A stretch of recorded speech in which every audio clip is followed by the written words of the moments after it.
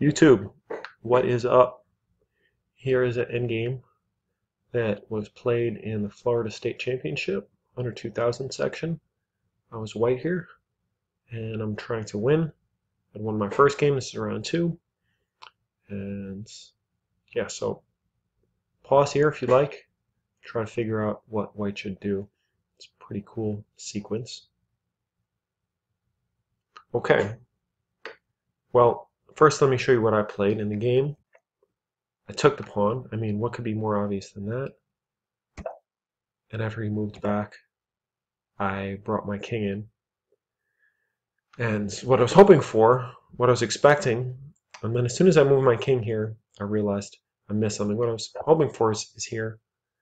And then after takes, rook f4, and I'm keeping both pawns. And this guy's very passed outside. Black king is bad, and this should be winning for white. But what I missed is he doesn't play here right away. Instead, he plays here. And after this, he takes this pawn. And my king has no shelter from the checks. And this should be a draw. I'll show you what actually happens.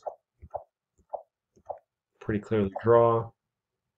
Now, if he takes the king and pawn game, endgame is winning. But he just keeps checking. But now he well, I don't know if you call this a blunder because this is still a draw if he goes to the right square after this check. If he goes to c8, it's still a draw. Excuse me, if he goes to b8, it's still a draw. But this is already... and why is it still a draw if he goes here? Because he can still attack this pawn. And then I'm only going to be a pawn up. And my king and rook aren't going to be ideally placed. But instead he goes to c8 here, and here he resigns. So that was kind of tragic for him. I almost felt kind of cheap winning. But let's see what actually should have happened. Or rather, what I could have found to make the win doubtless. So the move here is h3. Point is, if he pushes, obviously I can just take the rook. And yeah, if he moves to g3, most natural. And now I can take king somewhere, let's say here. Now I can keep pushing the pawn and threatening to take here and then be two pawns up. So rook g4 seems to be like the most natural move. But then I keep pushing again, and you can get behind the pawn. I can get in front of the pawn, which again is not ideal, but what's going to happen to this guy?